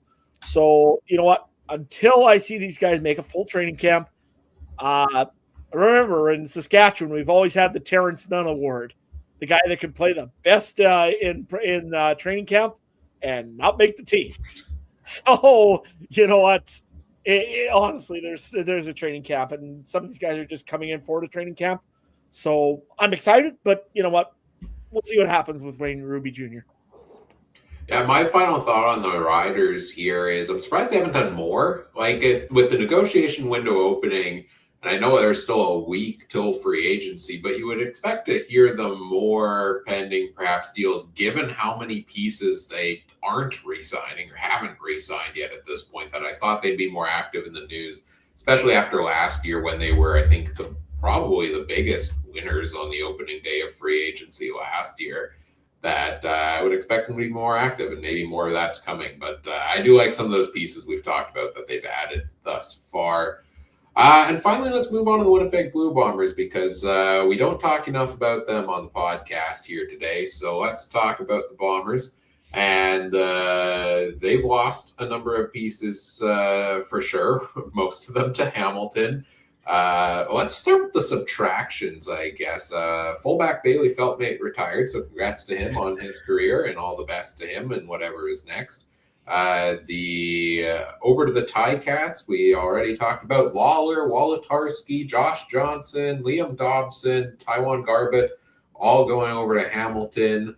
Celestin Haba going to the Argos, Ali Fayad going to the Elks, and Tyrell Ford, the big loss there to the Elks. We've, of course, talked about Adam Bighill not coming back to Winnipeg as a notable thing as well. But pieces they've brought in, Peyton Logan confirmed to be signing a 2-year, or rumored to be signing a 2-year deal with the Bombers. I like that. Reggie White Jr. from the Montreal Alouettes at wide receiver. Gavin Cobb from the Elks at wide receiver. A couple of, I think, interesting receiver additions there. And Eric Lofton re-signing on the offensive line, and then Josh Haggerty at defensive back from the Elks. Trey, what do you think of what Winnipeg's won and lost here so far? I'm kind of confused. They added pieces that I didn't think they would add. They got 2 receivers and a running back, which, I guess money isn't there, but I'm actually you lost about 2 or 3 receivers and a running back. You know what I mean? I'm not saying Peyton Logan isn't great, but I almost would have just kept Augustine with the Canadian. Is Logan? No, yeah, exactly, with the Canadian passport. It's impossible, but again, would you not have just kept Wolatarski over Gavin Cobb? They're 2 years difference in age. Yeah, I don't know. Some of these signings are just a little weird to me, but because again, they're just pretty much the guys that you just lost. But I'm not too surprised in losing a guy like Lawler. I didn't think we'd be able to retain him and Schoen for another go around. Kind of surprised about Liam Dobson. I thought that maybe the Bombers would be higher on keeping that O-line. It did play okay at times near the end. And same with Garbett. I thought the defensive line, but again, they kept Jefferson and Jake Thomas. So I guess there's not lots of room on that D-line. So very weird. And Tyrell Ford, I get it. Go play with your brother, but that was a guy that I think break the salary cap for and do whatever you can do to keep him in Winnipeg. That one's the biggest knife in my heart, honestly, as a Blue Bomber fan. But yeah, weird signings. They did more than you would have thought. I was expecting these subtractions, and then they went and made some weird additions. Not weird, but just additions I didn't think they would, like Peyton Logan and Reggie White. That was kind of out of right field today. And Gavin Cobb's not bad, a Manitoba kid. So kind of interested in how that will go. Yeah, I like Cobb as the Canadian depth behind Dembski and Clarcy. As we talked last week about losing Wolatarski and what happens if one of these guys goes down, who's the depth. I think Cobb fills that really well. I think Reggie White Jr. is an interesting receiver. He looked really good when he started in Montreal. He had an injury and I feel like missed a lot of time due to injury and then maybe came back. I don't know if it was late last year or the year before. Had some good games, but hasn't consistently looked quite the same that I thought he was going to take that next step. So I think he kind of joins as that depth receiver, but I would very much say it's a step back from Kenny Lawler, who they've lost, or Antari Wilson, who they've lost. Dylan Mitchell already being brought in earlier was maybe a replacement for one of those two at least. And Peyton Logan, I love the addition of Peyton Logan for the return game mostly is where that addition comes in because the Bombers' return game sucked last year. It was not very good at all. And Logan is a guy who has burned the Bombers many times, so I'm excited to see him in the uniform. I'm also excited to see how he rotates into the offense because I think Calgary's run game was arguably most effective when you had Mills and Logan both involved in different ways. Which leads me into the news that we came out today, which is the Bombers finally have an offensive coordinator. They did it. They finally made that decision, and it was running back coach Jason Hogan gets the promotion with former Elks head coach Jarius Jackson brought in to be the quarterback coach in Edmonton. Before we get Adam's thoughts, I'll go back to you, Trey, as a Bomber fan on what do you think of the offensive coordinator choice? I mean, I thought it was going to happen at this point. I think they would have brought someone new in. I figured it was going to be a promotion within. I'm actually more interested in Jarius Jackson coming in as the running back or quarterbacks coach because again, he was just a head coach. There was some. I thought, the Charlie in the Discord thought, why not make him the OC? But I guess they went with went with the inside guy first and gave Jarius Jackson another spot. So very interesting. I want to know how that works because I thought Edmonton got a little. Edmonton wasn't terrible under Jackson, were they? No. They got a little better, I thought. So I think that's a big addition, and I wonder how much his input on this offense too, along with the guy who's now getting the reins. And hopefully, it's just not Buck Pierce 2.0. That's all. Adam? I think the signing is okay. I think Jarius Jackson will do something for that running back game in Winnipeg. I mean, they're going to only have one Canadian running back this year instead of two, so that'll be interesting. Especially if you got Tommy's if you've got your guy in there for Peyton Logan for running, it'll be interesting to see what happens in there. But if I'm Winnipeg, if I'm the offensive coordinator, I'm going to need some help maybe in the wide receiving spot. This has been a while since Winnipeg's had a little bit of a thing for wide receivers kind of going missing. Most of them always stick around, but you got Nick Dembski, you got Dylan Mitchell, which is pretty good, and you got Dalton Schoen. So you got your top three guys, I guess. After that, besides, again, Keurig Wheatfall, who's a pretty good running back, or a good wide receiver, there's not really a whole lot of depth there. Reggie Smith Jr.?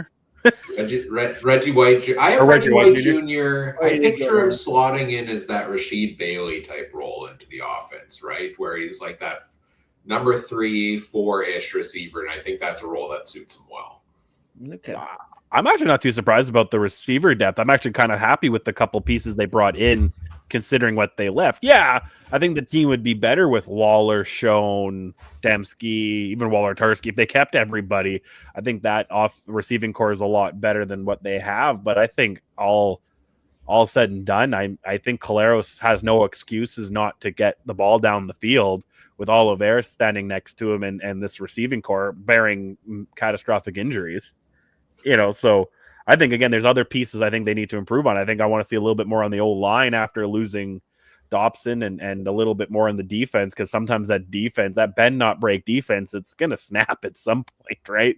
So, yeah, especially with no yeah, for sure. The offensive line needs to improve a little bit. I mean, practically right now, you got Neufeld, you got Stanley Bryant, you've got Kolanowski, I guess. I'm not sure if he's in your center in there or where he is. Yeah. That's pretty much your big depth. You got a little bit of depth there, but I mean, not a lot that's been playing, right? Ontario Wilson as well could come back, I guess, as a wide receiver for them as well. If he's cut in the NFL, I would imagine you will see him sometime, possibly later on in the season. It'll be also interesting to see with the guys that are still available there for Winnipeg. If you take a look in there, some of the other guys that are available that you could be taking are losing. Brandon Alexander would be a big one, I think, especially that you lost Tyrell Ford already in Winnipeg. I think you lose Alexander. That could be a really different defensive backfield. The other one also is in there. I was going to say linebacker, but then it dawned on me they've got a perfectly great linebacker already signed up. Sorry, I can't remember. It was Hallich, I think was the name. Or was it somebody else that I was thinking of? Who's in at linebacker now? Are you talking about the subtraction of Big Hill and who's? Well, the subtraction of you lost Big Hill and there was another guy in there, Cole, that probably may not come back, but there was somebody else in there that was a great Tony Jones is the mainstay, and then Jonathan Jones, the guy they recently signed from the Argos.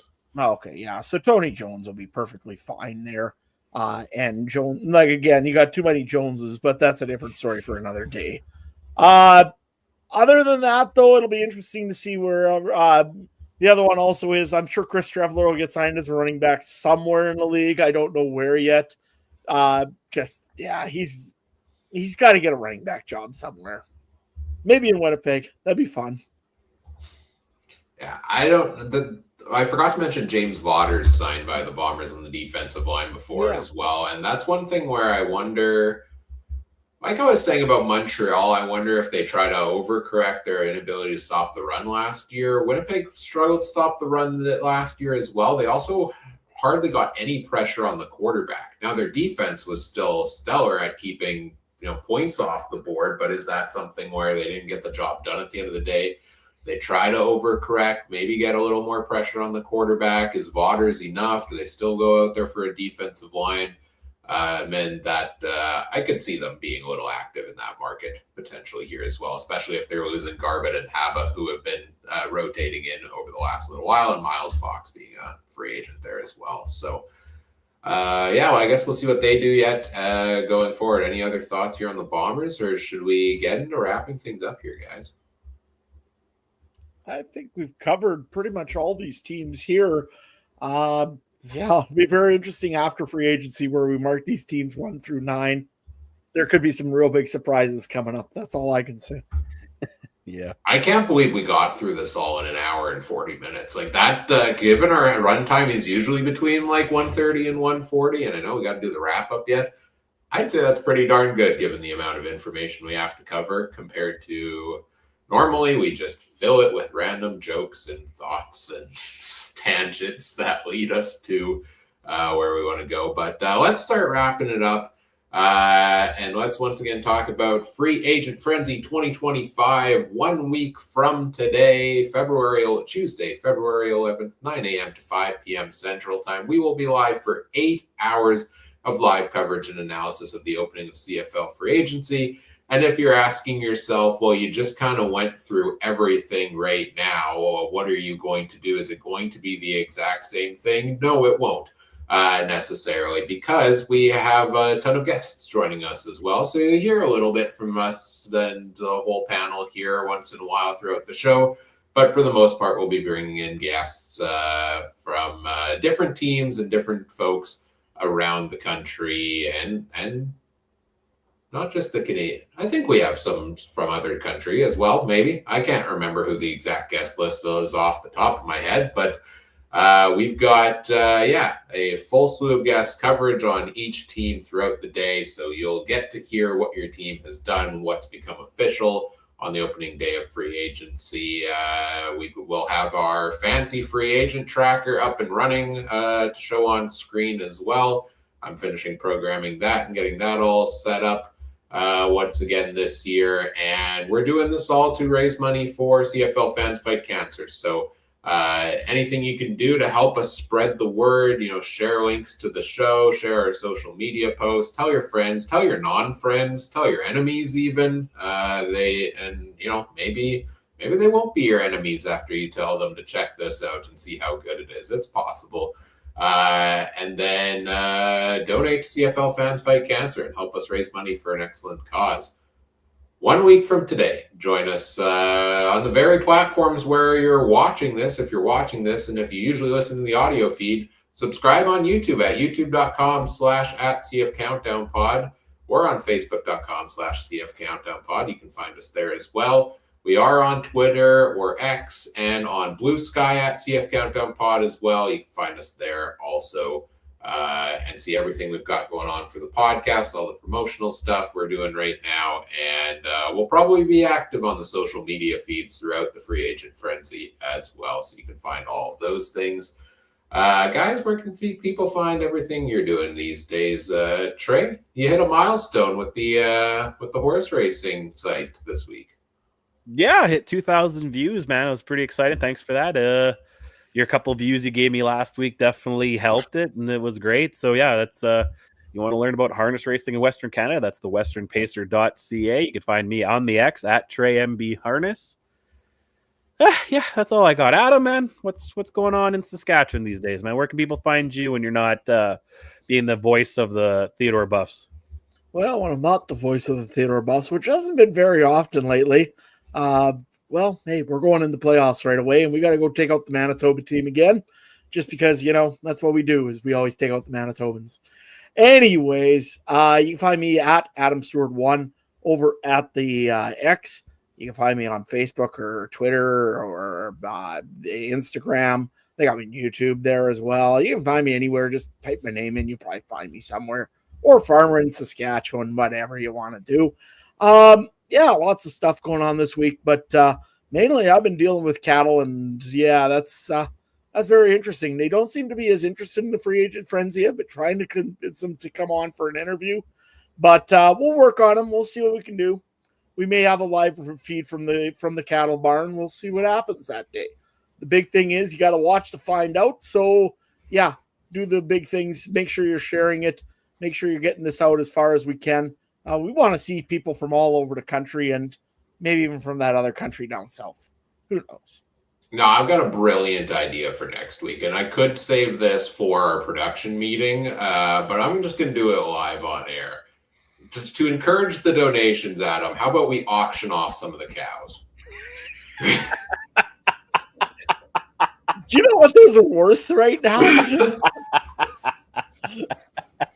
Back in the day, yeah, that would have been great if you probably would have sent a few, but no, not anymore. I'm sorry, but I'm a little cheap that way. Dude, after the guys already spent money advertising for us on Facebook, let's get rid of thousands of dollars worth of cattle. I mean, average calf sells for $3,000 a piece. Yeah, sure. Here, Trey, I'll give those away for sure. Oh, there we go. That's great. Come on, man. Come on. Where's the dedication? Oh yeah. Oh, ruthless. I'm just kidding. On a side note, should we do our NFL picks too here before we sign off? Even though that's a game happening. I'm taking the Kansas City Chiefs. I'll say either. I'm going to keep picking them till they lose. I'm taking the referees, so that means it's against the Kansas City Chiefs. So, oh man, I want to take Philly. I really want to take Philly so bad. My uncle's a big Philly guy, so I'll take the Eagles for him. But I can't. I don't know. Yeah, I'll take the Eagles. I think Saquon will be the difference if we're going to spend a minute on it. I think if they hand him the ball properly and they use him right, it should be a big difference. If they don't and they play like the Bombers with giving Oliveira the ball in the finals, then yes, it'll be all Kansas City.